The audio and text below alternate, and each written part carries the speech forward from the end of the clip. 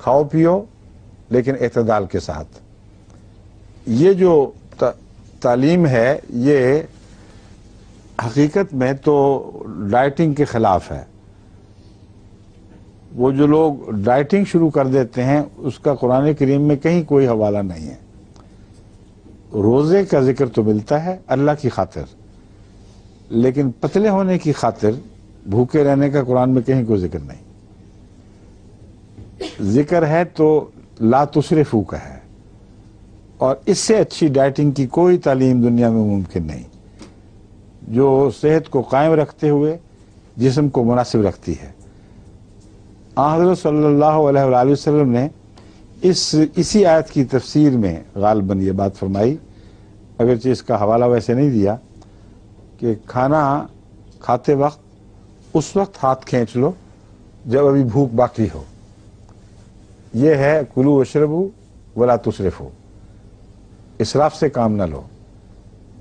اور حد سے زیادہ تکلفات سب باتیں اس میں آ جاتی ہیں، عمومی تعلیم ہے، مگر خاص طور پر یہ کہ جتنا کھانا ہے اس سے زیادہ نہیں کھانا، جو مناسب ہے اس سے زیادہ نہیں کھانا. اس لیے وہ خواتین جو یہ کرتی ہیں اس کے باوجود ڈائٹنگ کریں ان کے دماغ پہ اثر پڑتا ہے. ابھی تک یہ جھگڑا نہیں طے ہوا، کئی دفعہ میری بحث ہوئی ہے کہ جو فاقہ کرتی ہیں بیچاری عورتیں زیادہ لمبا عرصہ، وہ پاتی تو کچھ بھی نہیں، ان کے جسم ڈھلک جاتے ہیں اور کمزوری، نکاہتیں، خون میں کمزوری، بعض دفعہ دائمی مریض بن جاتی ہیں. اور دوسرا بڑا نقصان یہ ہے کہ دماغ پہ اثر پڑتا ہے اور ان کی لاجک کی سینس ختم ہو جاتی ہے. ان سے بحث کرو تو الٹی پلٹی بحثیں کرتی ہیں. تو اس لیے یہ بھی بحث چل پڑی ہے کہ پہلے دماغ پہ اثر پڑتا ہے یا بعد میں دماغ پہ اثر پڑتا ہے. دونوں طرح جائز ہے.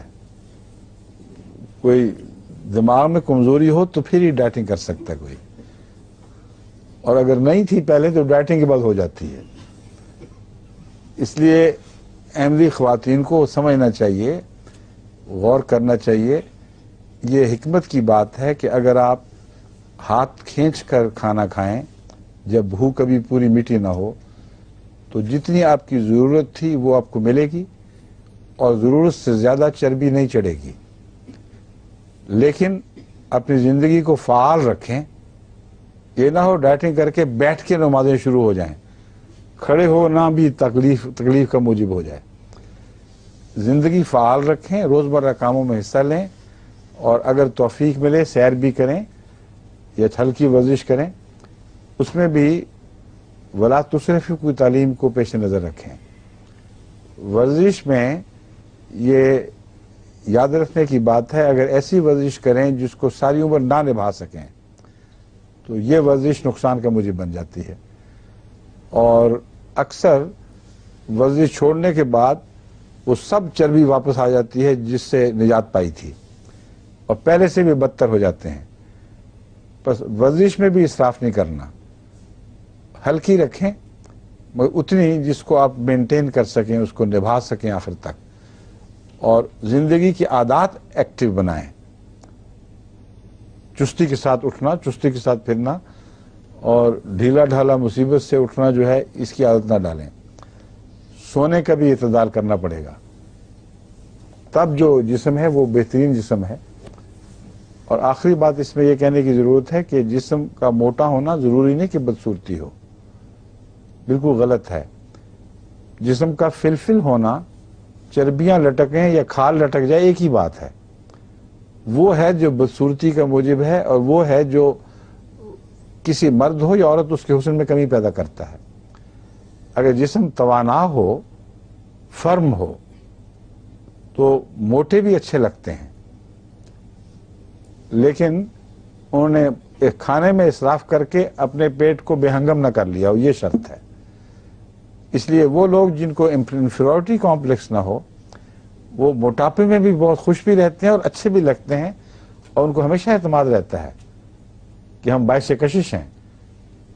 جو چیز مارتی ہے وہ انفیریورٹی کمپلیکس ہے، یہ احساس کمتری کہ ہم ذرا سے موٹے ہو گئے اب کیسے لگیں گے. ہر وقت جو لوگوں کو دکھانے کے لیے بنتے ہیں ان کی کوئی بات بھی صحیح نہیں رہتی. ہر کل ٹیڑھی ہو جاتی ہے.